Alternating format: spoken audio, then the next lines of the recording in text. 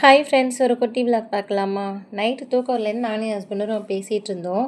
ரொம்ப நாளாச்சு டீ குடிச்சேன்னு சொல்லிட்டு ஒரு டீ போட்டு வரட்டுமான்னு கேட்டோம். ஓகேன்னு சொல்லிட்டாங்க. நைட்டில் இந்த மாதிரி தூக்கம் வராமல் பேசிகிட்டு இருக்கும்போது டீ குடிக்கிறது, காஃபி குடிக்கிறது பழக்கம்.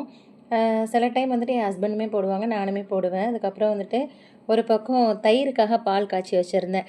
எதார்த்தமா சரி டீ போடுறதோடையே பாலை காய்ச்சி தயிர் போட்டு வச்சிடலான்னு சொல்லிட்டு போட்டேன். காலையில் அதுவே எனக்கு வந்துட்டு சாப்பாட்டுக்குமே ஆயிக்கிருச்சு.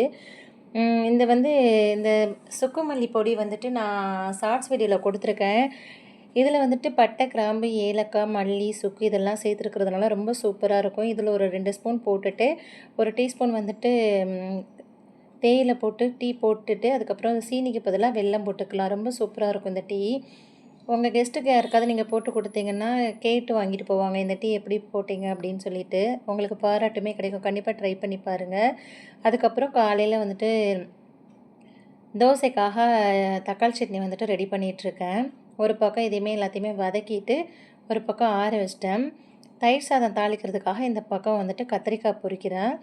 ஒரு பக்கம் வந்துட்டு தோசைக்கல்லு காயுது தோசைக்கு, ஒரு பக்கம் சோறு வேகுது. ரொம்ப பரபரப்பாக காலையில் போய்கிட்டு இருந்துச்சு. ஒரு பிளாக் காஃபி கூட குடிக்காம ரொம்ப பரபரப்பாக தான் வேலை பார்த்துட்ருந்தேன். இந்த கத்திரிக்காய் தயிர் வந்து தாளிக்கிறதுமே நான் வந்துட்டு ஷார்ட்ஸ் வீடியோவில் கொடுத்துருக்கேன். ட்ரை பண்ணி பாருங்கள். ரொம்ப சூப்பராக இருக்கும். நார்மலாக சும்மா தயிர் சாதம் வந்துட்டு நம்ம தாளிப்போம் இல்லையா? வெங்காயம், கருவேப்பிலை, கடுகு உளுந்தெல்லாம் போட்டு அந்த மாதிரி இல்லாமல் இந்த மாதிரி கத்திரிக்காயும் தக்காளி போட்டு நீங்கள் தாளித்து பாருங்கள். ரொம்ப சூப்பராக இருக்கும். அதுக்கப்புறம் என் ஹஸ்பண்டுக்கு தோசை ஊற்றி தக்காளி சட்னி வச்சு அவங்களுக்கு கொடுத்துட்டு தாளிக்க ஆரம்பிச்சிட்டேன். கத்திரிக்காய் பொரிச்ச அதே எண்ணெயிலே வந்துட்டு கடுகும் போட்டு கொஞ்சமாக காஞ்ச மிளகாய், கருவேப்பிலை, ஒரே ஒரு பெரிய வெங்காயம் சேர்த்து, ஒரு சின்ன தக்காளியும் சேர்த்து கொஞ்சம் லைட்டாக வதக்கிக்கிட்டால் போதும். ரொம்பலாம் வதங்க வேண்டியதில் இல்லை. கொஞ்சம் வெங்காயம் வந்துட்டு க்ரன்ச்சியாக இருக்கும். இப்போ நான் நைட்டு ஊற ஊற்றி வச்சுருந்தேன் இல்லையா தயிர் பாருங்கள் எவ்வளோ கெட்டியாக இருக்குன்னு. ஃப்ரிட்ஜில் வச்சு அப்படியே அல்வா மாதிரி வரும். அதுக்கப்புறம் ஒரு பவுலில் சோறை போட்டுட்டு, தயிரை போட்டுட்டு, அதுக்கப்புறம் வதக்கின வெங்காயம், தக்காளியை போட்டுட்டு, பொரிச்ச கத்திரிக்காயும் போட்டு நல்லா மிக்ஸ் பண்ணி விட்டுட்டேன்.